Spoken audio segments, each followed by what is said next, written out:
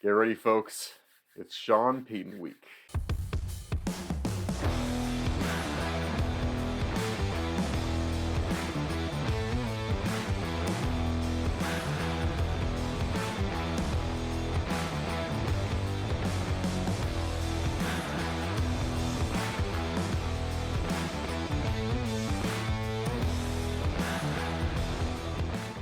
Hello to the pessimistic, optimistic, and everyone in between. My name is Connor Philippe, and welcome back to the Minnesotan Sports Podcast. And the Minnesota Vikings are getting ready for a Sunday night matchup in Denver, going up against the Broncos and going up against Sean Payton, whom I hate. This is going to be a game between a 4-5 Broncos team that is trying to get their way back into the AFC playoff picture. The Vikings trying to make sure that doesn't happen. Vikings firmly in the 7th seed right now. It would take the Buccaneers, playing better and getting above 500 to beat out the Vikings or potentially maybe the Commanders. But for now, it seems like there's a very clear 7 playoff caliber teams in the NFC. And the Vikings are clearly the worst of those 7, but all that matters is you're in the playoffs and you go from there. And the Vikings are trying to continue to win and continue to rack up those wins, because I feel like if the Vikings can win this one against the Broncos, it would pretty much solidify that they're at least going to be a playoff team. There could still be a crash and burn, but it would look a lot better if we've managed to win our 6th in a row and beat the Broncos. So before we go into any of the keys to the game, anything like that, we'll go into the history of these two teams. But first of all, I'll go into the history of me and Sean Payton, and specifically the Vikings and Sean Payton. Every Vikings fan knows about all the Saints stuff, and I don't know if all the other Vikings fans hate Sean Payton as much as I do, but I just don't like him, and it adds another element to this game and another fuel to this fire, because words can't describe. As soon as Sean Payton announced that he was back in the NFL and he's gonna coach the Broncos, I was thinking, okay, I hope the Broncos go 0-17. That's how much I dislike this guy. His level of involvement in Bountygate, it's hard to really say, but he had to know. I just cannot believe, I cannot accept that Sean Payton did not know about this. And he served his little suspension. He came right back into the arms of the Saints, and no one else thought anything about it for the rest of his career. He went on to continue with the Saints. Minneapolis Miracle. Well, first of all, let's back up. He goes and does the choking motion to the Falcons, completely classless, smug, annoying nature to him. He mocks the skull chant in front of Vikings fans, which ended up being that much sweeter when we proceeded to pull off the Minneapolis Miracle against him in that exact, just seconds after he did that. And then he retires, and I think finally, good riddance. We're gone from him. He announces his signing with the Broncos as the head coach. Immediately, completely trashes the head coach that came before him, and I'm not going to lie, I do agree that Nathaniel Hackett was one of the worst coaches we've seen in a long time. But for the new head coach to come in there and just absolutely trash his name is just classless. Let the analysts handle that. Your job is to coach this team. I mean, all the other stupid stuff he said about Tua and all that. The guy is just not what I feel like should represent NFL football. And you can be smug sometimes. You can be other different things. But I just feel like Sean Payton is another level of classless beyond all that. And I just don't like him. I don't want him to win another game the rest of his career. Unfortunately, that will happen, I'm sure. I just don't want it to be against us. I want the Vikings to beat every Sean Payton team that we play from now going forward into the ground. And I hope it starts against these Broncos. Usually don't have anything against the Broncos. I was rooting for them the years that Peyton Manning was with them and all that. And I was rooting for him as far as right now when Sean Payton started this season. But yeah, going into the history between these two teams, Vikings are 8-7 all time against the Broncos, and their last game against the Broncos was that electrifying win in 2019 where they won 27-23. Remember that massive comeback? I can't remember. I think it was 20-3 at the half that happened. It was one of the biggest comebacks, I'm pretty sure, up until we pulled off that biggest comeback in the history of the league last year. That was a very memorable game for me. I remember that one. If I remember correctly, that was the same season that we beat the Saints in the wild card round, and that ended up being a big factor for us getting that 6th seed in the first place. So that was a big win for us. But yeah, 8-7 all time, trying to get that up to 9-7. And fun fact for all of you out there, the first Vikings game I ever went to was actually in 2011. I went with my dad. It was one of 2 games that I ended up going to see in the Metrodome, and that was the game that the Vikings lost 35-32. Christian Ponder was playing in that game. Christian Ponder, Gary Anderson, Blair Walsh, those are some names that you never want to hear come out of anyone's mouth ever. But I got to see Ponder play, and then it was a Tim Tebow game. So Tim Tebow led that final drive. It was one of those Tim Tebow mania games in those early seasons. So that was the first game I ever went to. The first Vikings game I experienced was that loss to the Broncos. Going into some of the injuries going into this game, Caleb Evans is out. Madison is questionable. Whether he plays or not, I feel like Chandler is going to start to be the starting running back. It's only a matter of time. It'll probably be at least a 50-50 even split, even if Madison does play, because he'll be limited. And if Madison doesn't play, hate to say it, but I think that his injury and him being out and making Chandler the far and away quarterback one or running back one for a game, I think will be it. I think Chandler will get a starting spot and will run with it for the rest of the season. Justin Jefferson also questionable, and just the fact that he's questionable alone makes me feel like we should just sit him. If he is a game time decision by any means, just don't play him. It's not worth the risk. Obviously, it would be huge to have him in this game. It would put Addison against, much lesser cornerbacks than Patrick Surtain, and would give him a lot more opportunities and would give even more opportunities to Hawkinson. But it's just not worth it. If JJ's not ready, he's not ready. Wait until he's 100%. I don't care. And then also, this will be the first week that we don't have Hicks. He got hurt, most likely out for the season.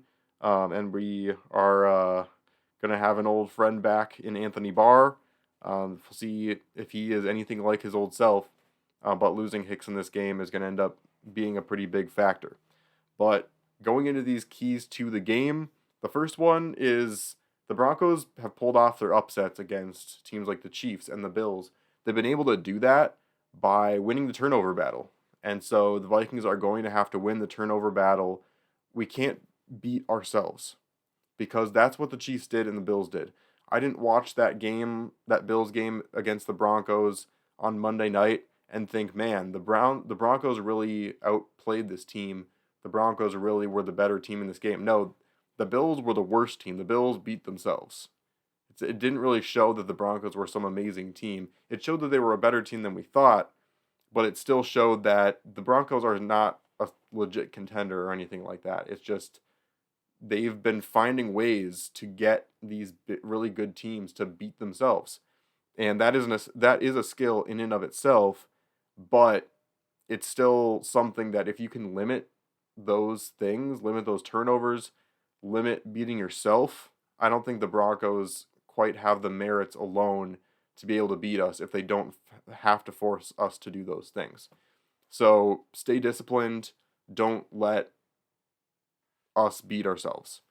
Second key to the game, this is the part of the Dobbs mania where you start to get concerned that he's going to be figured out, because he got figured out a little bit when he was with the Cardinals near the end there. He came here in a new system, and then defenses were kind of trying to figure him out again. And so this is where you're like, okay, if Dobbs can have another impressive game, figure his way around another defense, you start to wonder, okay, maybe this isn't just defenses not knowing how to cover him because they haven't seen him with this team in this scheme. maybe he is actually a solid quarterback that can carry the Vikings at least to the playoffs. And I think right now in this game, the Broncos are going to try to really crowd the pocket and try and beat up this offensive line, see if they can force Dobbs to stay in the pocket and make plays in the pocket, which is not his forte. And the offensive line is going to have to carry that weight. They're going to need to step up. They're going to need to continue to give Dobbs those opportunities to make plays on his feet. And they're going to have to continue to do that the rest of the season because that's how the Vikings are going to win games with Josh Dobbs in at QB. Number 3, Surtain versus Addison. This isn't really a nuanced key to the game. It's just that matchup. If Addison can win that matchup, I really think we have a good shot to win this game. On top of that, if Addison can't play well against Surtain, we're going to need Hawkinson to step up again and not get injured. And we're going to need some of our other guys to step up with the absence potentially of JJ, where I really don't expect him to play. I don't want him to play, honestly. So we're going to need to have Powell step up, and we'll see what happens there. But the number one step is, can Addison beat out Surtain and make it difficult for him? Because if he can do that, then we're in business. Number 4, we shouldn't rush Wilson in this game. All analysts will tell you that. Russell Wilson thrives under pressure. He thrives when he is on the run. So usually quarterbacks get more frantic. They have to scramble more. They have to be under duress more, and they end up giving up worse throws. They end up throwing interceptions. For Wilson, it's more if you drop back and you really cover these receivers well, and Wilson can't, run around and find the open guy like he usually can, that's where he makes mistakes. And it's kind of the opposite compared to other quarterbacks. So Brian Flores really needs to change up the scheme. He needs to think of ways around this running ability by Russell Wilson, because it's not just that Russell Wilson can run the ball, it's that he is lethal when he is throwing the ball on the run. It's not like he's most lethal when he tucks the ball and runs, although he is good at that too. It's just as much about him rolling out to his right and throwing the ball deep and finding the guy that's open because so many people were rushing against him. So it's going to be a really important game for the cornerbacks to try and stay on these wide receivers, especially with Caleb Evans being out. It's going to be difficult. I feel like Mekhi Blackman's going to have another really good game here. But yeah, don't rush Wilson. See if you can make some mistakes by really forcing him to make some difficult throws against these wide receivers. Let's not leave wide receivers wide open because we're trying too hard to sack Wilson. Because if there's anything we learned about Wilson, it's that it's difficult to sack him. He is slippery like a seal. And then finally, the last key to the game is to be aggressive and don't be conservative with a lead. If the Vikings get a lead in the second half, I don't think it'll be as big a lead as we had last week against the Saints, but we almost blew that lead against the Saints because we saw these really freaky flashes of Zimmer. I don't want to see that anymore. I thought we were done with that, and when I saw the Saints slowly coming back because Dobbs wasn't giving the opportunities to throw the ball, he was clearly being told to just toss the ball away or throw checkdowns or hand the ball off, when he should have just been allowed to run free and continue to make plays, continue to be aggressive. That's the way that the Vikings are going to have to play if they have any shot of even an outside chance at winning a playoff game. We're going to have to take a lead and continue to pile on top of it. We're not going to be able to just sit on a 14-point lead against a playoff team. And Kevin O'Connell has to learn that and understand that and move on from almost giving up that lead last week.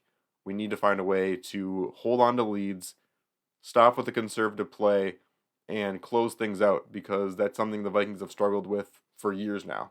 It's time to put an end to that. So, my final prediction, like I said, I want us to be able to pull away. I don't think we will, though. I think the Vikings will win this one 27-24. It'll be another very close one. We might end up winning on a last-second field goal. We might end up, intercepting a Russell Wilson pass pretty deep into their zone. Who knows? But we'll find a way to sweat out another win against a team that you'd think we'd be able to win by more. But at the end of the day, if we can beat Sean Payton, it doesn't matter what the final score is. I will be happy. So that is my prediction for Vikings Broncos. Let me know what you think in the comments. Do you agree with my keys to the game? What do you think the final score will be? Who do you think is going to be the biggest factor of this game? Let me know all that stuff in the comments. And as always, I will be giving you a raw reaction. This will be a late one, late at night, but I'm still going to be able to give it to you. And I'm looking forward to this game. All my homies hate Sean Payton. But thank you so much for watching this one. Please like and subscribe, and I'll see you on the flip side.